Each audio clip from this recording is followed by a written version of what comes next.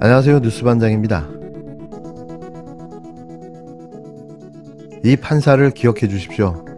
이준철 판사. 대한민국 사법부의 흑역사로 기록될 판결을 내린 이 판사를 반드시 꼭 기억해 주시기 바랍니다. 8일, 있을 수도, 있어서도 안 되는 판결이 나왔습니다. 아들의 퇴직금 명목으로 대장동 일당에게 50억 원의 뇌물을 받은 혐의로 재판을 받아온 곽상도 전 국힘당 의원에게 1심 법원이 무죄를 선고했는데요.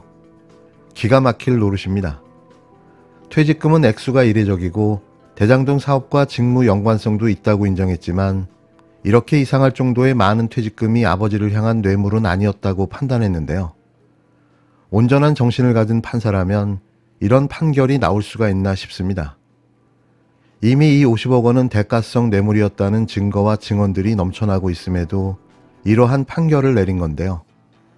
한패가 아니고서는 쉽게 이해할 수 없는 판결이었습니다. 모자라는 것들이 자 50개가 몇 개냐. 철재, 최재경, 박영수, 박상도, 김신아, 홍성근, 정순이. 그러면 이게 현재 30억이지. 플러스 임창근 씨고, 강항구, 뭐?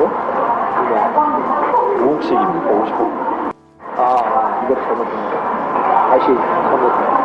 최재경, 김신아, 박상도, 정순이, 홍성근, 최재경, 박상도, 김신아, 정순이, 박영수, 홍성근. 이게 현재 60억이지. 50개 곱하기 6억. 그러면 최대경 350억. 박상도, 권순일, 김순남, 홍성근, 그리고 임창근 씨고, 그 다음에 거기 그런 거 있나요? 50, 50, 50, 50, 50, 50, 그러면 100, 200, 300. 320, 320이지. 네, 320이면은 320억. 320억. 임창근, 다시 한번 박영수, 박상도, 최재경, 정순이, 홍성근. 왜 모자라지? 사람이? 마침 같은 날 JTBC가 단독으로 50억 클럽 김만배 육성 파일을 입수해 보도했습니다. 2020년 3월 김만배 씨와 정영학 회계사는 성남의 한 카페에서 만나 대장동 수익과 관련된 대화를 나눕니다. 이 과정에서 이른바 50억 클럽으로 불리는 인물들을 언급하는데요. 대가성 뇌물로 판단되는 돈을 얼마씩 줘야 하는지를 계산하는 상황으로 보여줍니다.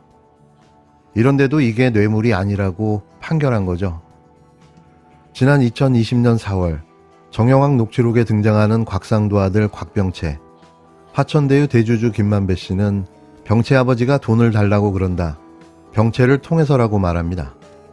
병채 아버지는 곽상도, 당시 국힘당 의원이었는데요. 1년 뒤 김만배 씨는 화천대유를 그만둔 곽병채 씨에게 퇴직금 50억 원을 지급했습니다. 이 50억 원이 아버지를 향한 뇌물인지 1년에 걸친 치열한 법정 공방 끝에 법원은 곽 전 의원에게 무죄를 선고했는데요. 재판을 하랬더니 개판을 치고 만 거죠. 그러면서 재판부는 이 50억 원이 의심스럽다고 인정했는데요. 이 코미디 재판의 시작은 여기서부터였습니다. 나이나 경력, 맡았던 업무에 비해 이례적으로 큰 돈이고 국힘당 부동산 투기 특조위원이었던 곽 전 의원과 직무 연관성도 인정된다며 아들이 아버지 대신 뇌물을 받은 게 아닌지 의심된다고 판시했는데요. 이게 범죄가 확증될 내용이지 의심해야 할 내용인가요? 하지만 재판부는 끝내 곽 전 의원을 향한 뇌물인지 불확실하다고 선을 그었습니다.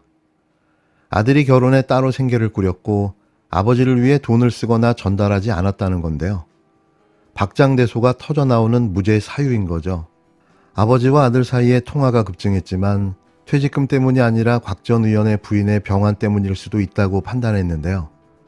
곽 전 의원이 대장동 사업을 위해 하나은행에 압력을 넣었는지도 입증이 안 됐다고 봤습니다. 그렇다면 도대체 50억 원 퇴직금은 왜 준 건지, 무죄를 받은 곽 전 의원은 이렇게 답했는데요. 제가 뭐라고 판단할 수 없습니다.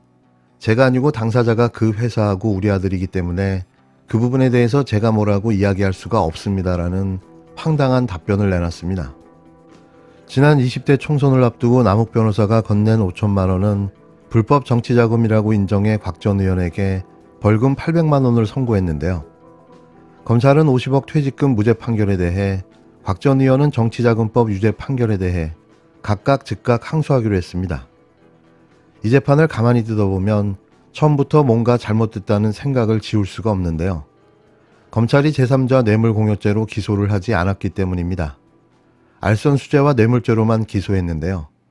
그래놓고 검찰이 징역 15년을 구형하는 쇼를 했고 재판부는 기소 내용에 대해서만 판결해 제3자 뇌물공여죄가 빠진 판결이 된 거죠.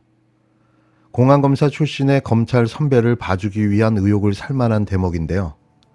물론 여기에는 검찰과 법원이 이 시나리오대로 짜고 친 결과이기도 합니다. 눈 가리고 아웅. 이번 1심 선고를 내린 이준철 판사는 반드시 탄핵시켜야 합니다. 그게 이 나라의 법치를 세우는 최소한의 보루이기 때문입니다. 50억 원을 받은 곽상도 전 의원이 무죄를 선고받았습니다. 재판부는 50억 원은 사회 통념상 이례적으로 과다하다고 밝혔습니다. 그런데도 법원은 50억 원이 대가로 건넨 돈이었다고 보기는 어렵다거나 곽상도의 아들이 독립적 생계를 유지한다는 이유로 무죄를 내렸습니다. 사법부에 거는 최소한의 믿음마저 저버린 판결입니다. 국민의 눈높이나 정서 따위는 아랑곳하지 않았습니다. 며칠 전 조국 전 장관 딸의 장학금 600만 원은 뇌물이라고 철퇴를 가한 사법부가 퇴직금 50억 원에 대해서는 솜방망이입니다. 아니, 솜방망이로도 때리지 않은 꼴입니다. 사법부의 이런 판단에는 검찰의 부실하기 그지없는 수사가 좋은 핑곗거리를 제공해 주었습니다. 당초 검찰은 이른바 50억 클럽의 박영수 전 특검 등에 대해 구체적인 진술을 확보해 놓고도 수사를 전혀 하지 않았습니다. 이 클럽의 전체적인 그림을 보여주지 못한 것입니다. 하나은행에 힘을 써준 혐의에 대해서도 수박 겉핥기였습니다. 애초부터 봐주기로 작정한 것이나 매 한 가지입니다. 이번 판결로 대한민국 법조계의 민낯이 고스란히 드러났습니다. 법조계 엘리트라면 50억 원쯤 받아도 뒤탈이 나지 않는다는 것을 입증해 보였습니다. 불멸의 신선가족입니다. 돈 없고 힘없는 국민들은 맥이 탁 풀리는 수사와 판결입니다. 아니, 분노와 울분으로 국민들의 눈이 이글거리고 있습니다.